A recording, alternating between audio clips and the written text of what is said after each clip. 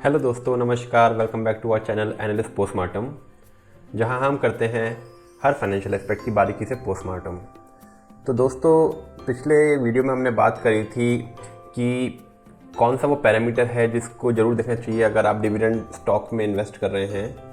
और अगर आपने गलती करी और डिविडेंड पे आउट रेशियो नहीं देखा तो हो सकता है कि आपका जो इन्वेस्टमेंट है वो नेगेटिव हो जाए और आपका जो इंटेंट था कि आपकी वैल्यू भी बढ़े प्लस डिविडेंड भी बढ़े वो फुलफिल ना हो पाए। तो दोस्तों, जैसा हमने पिछले वीडियो में प्रॉमिस किया था कि इस वीडियो में हम कुछ ऐसे स्टॉक्स लाएंगे जो बोथ ग्रोथ प्रोस्पेक्ट से प्लस डिविडेंड प्रोस्पेक्ट से बहुत ही अच्छे होंगे और एक हम पैसिव इनकम जनरेट कर सकेंगे अपनी इन्वेस्टमेंट से। देखिए, क्योंकि स्टॉक मार्केट में पैसा पैसे से ही बनता है। आपका जो बेस वैल्यू होएगी आपका रिटर्न भी उसके अकॉर्डिंगली होएगा। ये एक सिंपल सा शेयर मार्केट का फॉर्मूला है। हम लोग सोचते हैं कि हम 10,000 लगाएं और रिटर्न हमें उसका लाख रुपये मिले, तो ऐसा नहीं हो सकता है, क्योंकि जो रिटर्न मिलता है वो परसेंटेज बेसिस से मिलता है। तो जो आपका इन्वेस्टमेंट होएगा उसके प्रोपोर्शनेट रेशियो में आपको रिटर्न मिलेगा। तो अगर हमें एक पैसिव इनकम जनरेट करनी है तो हम बात करेंगे उन कुछ स्टॉक्स की जिसमें रिटर्न वाइज भी ग्रोथ वाइज भी अच्छा प्रोस्पेक्ट नज़र आता है और वैल्यूएशन और फंडामेंटली भी वो स्टॉक्स अच्छे नज़र आते हैं। तो दोस्तों, अगर आपने चैनल अभी भी लाइक एंड सब्सक्राइब नहीं किया है तो प्लीज़ लाइक एंड सब्सक्राइब। मैं हूं आपका दोस्त अमित। आइए हम लोग बात करते हैं उन चुनिंदा स्टॉक्स की जिसमें हम फोकस करेंगे फ्रॉम डिविडेंड प्रोस्पेक्ट से, और ग्रोथ लीनियर रहेगी आने वाले टाइमों में।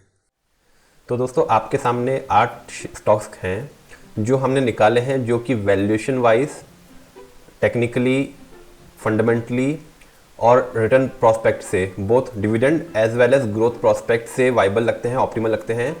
ना कि जिसमें पास्ट का डिविडेंड यील्ड बहुत ज़्यादा है, जैसा हमने पिछले वीडियो में बात करी थी। तो अगर आपने पिछला वीडियो नहीं देखा है तो ज़रूर देखिएगा, वो बहुत ही इंपॉर्टेंट है फंडामेंटल प्रोस्पेक्ट से।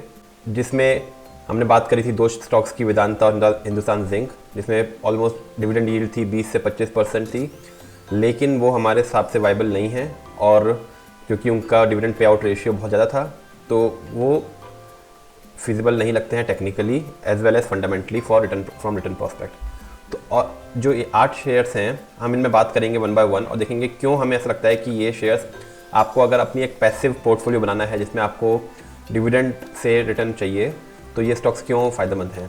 तो पहला स्टॉक है कोल इंडिया। तो अगर आप इसकी पी की बात करेंगे तो कोल इंडिया की बहुत ही अच्छा है, 5 के मल्टीपल्स पे अवेलेबल है। डिविडेंड यील्ड देखेंगे तो 10% का डिविडेंड यील्ड है। तो अगर आप लाख रुपए इन्वेस्ट कर रहे हैं तो आपको तकरीबन 10,000 रुपये डिविडेंड यील्ड मिलता है इस पर। और डिविडेंड पे आउट सबसे इंपॉर्टेंट 53% है। तो ये अपना आधा पैसा डिविडेंड पे आउट पे देते हैं और फिर आधा पैसा अपनी ग्रोथ, एक्सपेंशन या कैश रिजर्व में रखते हैं। अब इसका देखेंगे तो डेट टू इक्विटी बहुत ही कम है, तो ऑलमोस्ट 0.08% का डेट टू इक्विटी है, तो जो कि हमारी ये PSU है। रिटर्न ऑन इक्विटी देखिए बहुत ही अच्छा 55% रिटर्न इक्विटी है और ROC बहुत ही अच्छे वैल्यूशंस पे हैं। और 3 साल का रिटर्न देखेंगे तो 18% रिटर्न है। और अगर 5 साल का रिटर्न देखेंगे तो ये ऑलमोस्ट फ्लैट पे है, बल्कि 5 साल पिछले वैल्यूशन से भी अभी कम वैल्यूशन पे है। तो इसलिए टेक्निकली ये वाइबल लगता है फॉर इन्वेस्टमेंट प्रोस्पेक्ट। अब इसका क्विकली टेक्निकल देख लेते हैं। तो कोल इंडिया का वीकली चार्ट हमारे सामने खुला हुआ है। तो हमने बात करी थी कि ये पिछला जो 5 साल के वैल्यूशंस थे ऑलमोस्ट यहाँ पे 17 में 246, तो उसी वैल्यूशन पे आज मिल रहा है। और ये कंटिन्यूस एक डाउन ट्रेंड में था अक्टूबर तक, और अक्टूबर के बाद जब इसने रिवाइवल किया, देखिए इसने एक अपवर्ड मूविंग चैनल को फॉलो किया जिसमें ऊपर ये रेजिस्टेंस लाइन रही और ये सपोर्ट लाइन रही, और अब जाके इसने जुलाई 22 में इस अपर रेजिस्टेंस को ब्रेक किया है ऑलमोस्ट 2 साल बाद। और ब्रेक करने के बाद एक हाई बनाया 255 रुपये, और उसके बाद अब ये कंसोलिडेट कर रहा है।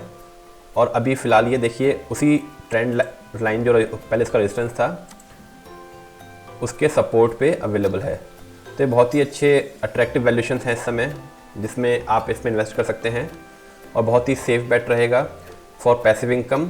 और जब इसमें ग्रोथ आएगी तो देखेंगे कि इसका जो इमीडिएट टारगेट 255 रुपये, और जब 255 ये क्रॉस करेगा तो ये जाने की कोशिश करेगा अराउंड 300 रुपये के आसपास। तो बोथ डिविडेंड प्रोस्पेक्ट से भी आपको सही प्राइस पे एंट्री मिलेगी और आप टेक्निकली भी इसमें सही पोजीशन मेंटेन कर पाएंगे। तो इसलिए कोल इंडिया हमारा एक फेवरेबल स्टॉक रहेगा for dividend and passive income and growth prospect. दूसरा जो हमारा स्टॉक रहेगा, तो आप देखेंगे 3 ऑयल इंडस्ट्री के शेयर्स हैं, जिसमें oil India, Chennai petro and ONGC.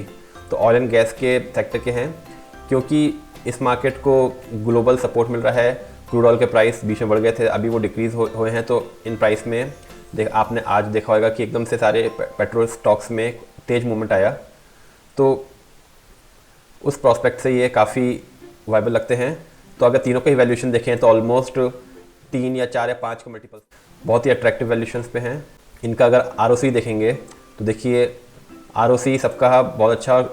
Specifically Chennai petro हमारा एक स्टॉक था जो हमने 300 रुपये पे इस पर बात भी करी, और इसमें हमने देखा था कि कितना अच्छा ग्रोथ में ऑलमोस्ट हमें 25% ऊपर मिला है, और आगे भी ये ग्रोथ कंटिन्यू रहेगी। तो इसका आरओसी और आरओई देखिए बहुत ही बेहतरीन है। पैग रेशियो सबके बहुत अच्छे हैं, और रिटर्न ऑन इक्विटी देखिए 5 साल पहले की वैल्यूएशन जो इसका 5 साल का रिटर्न है वो था 4% मिला है। तो अभी भी बहुत अच्छे वैल्यूएशन पे अवेलेबल है। क्विकली देखते हैं इसके टेक्निकल्स। तो देखिए चेन्नई पेट्रो हमने जब बात करी थी तब 368 का था, उसके बाद ये ऑलमोस्ट 450 तक गया, और 450 के बाद फिर से एक 350 रुपये पे आके इसने बाउंस बैक लिया है। तो अब ये अपर जर्नी के लिए मूव होएगा, जिसमें पहला टारगेट इसका 450 होएगा, और उसके 450 क्रॉस करने के बाद ये एक देखेंगे तो ऑलमोस्ट 16 साल का जो इसका रेजिस्टेंस था, जो नवंबर 7 में, नवंबर 17, 10 साल बाद, और अब जुलाई 23 में जो इसका रेजिस्टेंस था ऑलमोस्ट 443। अगर इसने 443 क्रॉस किया तो उसके बाद ये लाइफ टाइम हाई पे आ जाएगा, और फिर एक बहुत ही अच्छा शार्प मूवमेंट देगा अप साइड में। तो चेन्नई पेट्रो एक बहुत ही फेवरेबल बेट लगता है। उसके बाद हम बात करेंगे एनएमडीसी की।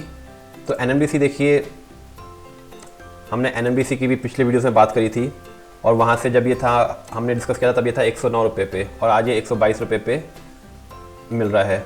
और अभी भी एक बहुत ही अच्छी वैल्यूएशन पे क्यों मिल रहा है, क्योंकि देखिए इसका एक ट्रेंड लाइन थी जो ये मार्च 20 से जिसको ये सपोर्ट कर रहा था, और यहाँ पे आके मई 22 में ब्रेक करी थी।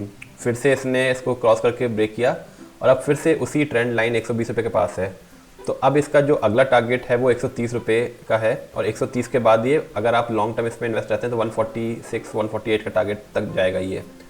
तो और हमने देखा कि मेटल्स जो सेक्टर है कुछ टाइम से वैसे भी एक चाइना की वजह से चाइना में सपोर्ट नहीं मिल रहा था, क्योंकि चाइना सबसे बड़ा मार्केट है, लेकिन अब कुछ डाटा आए हैं जिसमें चाइना ने अच्छी बाइंग दिखाई है, तो सारे मेटल स्टॉक्स अच्छे प्रॉस्पेक्ट दिखाएंगे आने वाले टाइम में। तो अभी ये सही टाइम है एनएमडीसी का, और इसके अगर डिविडेंड यील्ड देखेंगे तो 5% 5.5% का डिविडेंड यील्ड है, और पे आउट बहुत ही अच्छा मेंटेन करते हैं ये। तो 34% का पे आउट दे रहे हैं, तो बाकी 70% कंपनी की ग्रोथ में जाएगा। इसलिए आप देखेंगे तो इसका आरओसी और आरओई दोनों ही बहुत अच्छे हैं, और 5 ईयर्स रिटर्न देखेंगे तो 7% ही है। तो इसमें ग्रोथ प्रॉस्पेक्ट बहुत अच्छे नज़र आ रहे हैं आने टाइम में, और डिविडेंड तो ये देता ही है। और चौथा स्टॉक जो बहुत अच्छा नज़र आ रहा है वो है ऑयल इंडिया। तो ऑयल इंडिया देखेंगे तो बहुत ही अच्छे अट्रैक्टिव वैल्यूएशंस पी पे अवेलेबल है, तो 4 के मल्टीपल पे है, और आरओसी आरओई इसका 25 और 26 के बराबर, तो दोनों बहुत ही अच्छे हैं। और 5 साल रिटर्न तो ऑलमोस्ट 5% रिटर्न ही मिले हैं 5 साल में। तो ग्रोथ प्रॉस्पेक्ट इसमें नज़र अच्छा आ रहा है। क्विकली देख लेते हैं ऑयल इंडिया का चार्ट। तो देखें अगर ऑयल इंडिया का वीकली चार्ट, तो ऑलमोस्ट 2011 से उसका एक लोअर सपोर्ट था 222 रुपये, और ऊपर में रेजिस्टेंस था 310 रुपये। तो स्टॉक अभी अवेलेबल है 277 में, जो कि मिड साइज में है। तो इसमें देखिए यहाँ पे इसने एक बहुत ही अच्छे करेक्शन के बाद में एक पीक बनाया था 250 रुपये का, और उसके बाद फिर से अच्छा कंसोलिडेशन किया 2 बार, ऑलमोस्ट अक्टूबर सितंबर 21 से कंसोलिडेशन करने के बाद फाइनली इसने इसको ब्रेक करा है, और देखिए दोबारा ब्रेक करने के बाद रेजिस्टेंस लिया, और फिर अब अप मूव की जर्नी शुरू करी है। तो इसका इमीडिएट टारगेट 311 रुपये रहेगा, और 311 क्रॉस करने के बाद ये एक लाइफ टाइम हाई पे जाएगा, जहाँ पे इसका अच्छा आने वाले वक्त में हम देख सकते हैं ग्रोथ। तो ऑयल इंडिया और डिविडेंड यील्ड देखेंगे तो 7.25%, तो बहुत ही अच्छी डिविडेंड यील्ड है। तो ये 4 शेयर इनिशियली जिस पे हम बैट कर सकते हैं to make a passive income from both dividend yield as well as the returns in the coming days. So this is not a investment tip first of all, so please make your due diligence. आप अपना due diligence properly करिए, इसमें अपनी research करिए, अपने analysis करिए, और जो लर्निंग्स हमने बताई हैं इस वीडियो में और पिछले वीडियो में उन दोनों को आप अप्लाई करिए, और अप्लाई करके देखिए कि क्या आप एक पोर्टफोलियो बनाना चाहते हैं फॉर पैसिव इनकम, जिसमें आप बिना एफर्ट्स के एक अच्छी रकम एक अच्छा डिविडेंड ले सकते हैं सालाना बेसिस पे। तो दोस्तों होप आपको ये वीडियो अच्छा लगा होगा, और अगर आपने अभी भी ये चैनल लाइक एंड सब्सक्राइब नहीं किया तो please like and subscribe. Thank you for watching.